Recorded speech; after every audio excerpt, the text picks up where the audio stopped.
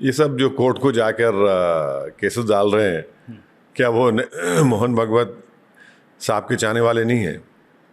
वो तो सरसंघचालक के चाहने वाले हैं, उन्हीं की सोच को मानने वाले हैं।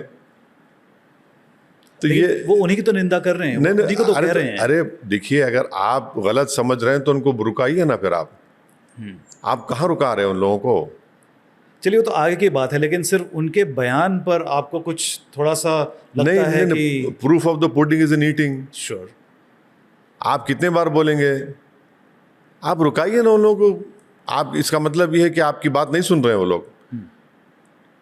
अगर आप ये समझ रहे हैं कि मैं बेबस हूं, मैं तो सिर्फ बोल दिया हूं, ऐसा तो नहीं है ना। आप बेबस नहीं है, आप ही के बस में सब कुछ है और आप ही के हुक्म पे हो रहा है सब। ये आपकी रजामंदी से हो रहा है। ये आपको लगता है? नहीं, लगता नहीं है, सच्चाई है ये।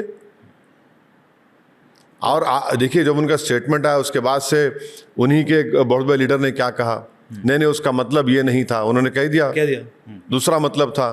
तो फिर उसको क्या समझेंगे? ये थियरी ऑफ कंफ्यूजन है आरएसएस की, याद रखिए आप। अब इस थियरी ऑफ कंफ्यूजन में इसको समझते हैं कि लोग, अरे आप ही के उनके बड़े लीडर ने एक स्टेटमेंट दिया है, बताया है, उसको सब्सटेंशिएट किया, नहीं ये नहीं था, ऐसा नहीं था, ऐसा है। देखिए, आप एक एमपी हैं, हालांकि हैदराबाद के एमपी हैं, लेकिन आपके एक नेशनल लीडर के तौर पर आपकी एक हैसियत है। तो आप चाहेंगे कि आप जाके मोहन जी से मिल के उनसे बात पूछ लें? ये सीधी सी बात। नहीं, मुझे, मेरे पेट में दर्द नहीं है ना। नहीं, आपके दर्द नहीं है। नहीं, मेरे पेट में दर्द नहीं है। मैं जानता हूँ आरएसएस को, आरएसएस की आइडियोलॉजी क्या है हम जानते हैं।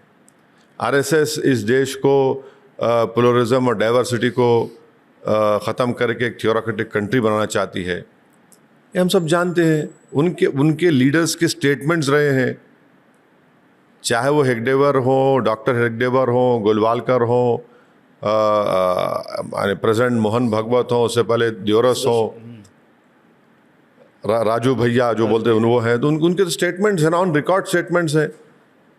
और अगर किसी को यकीन नहीं आ रहा तो आप निकाल के देख लीजिए, मालूम हो जाएगा आपको। So you don't believe it, there comments? समंदर के दो किनारे हैं ना हम और वो। समंदर के दो किनारे एक कैसे हो सकते बताइए आप? फिर भी हो सकता है। नहीं, कैसे हो सकते? समंदर के दो किनारे कभी एक नहीं हो सकते।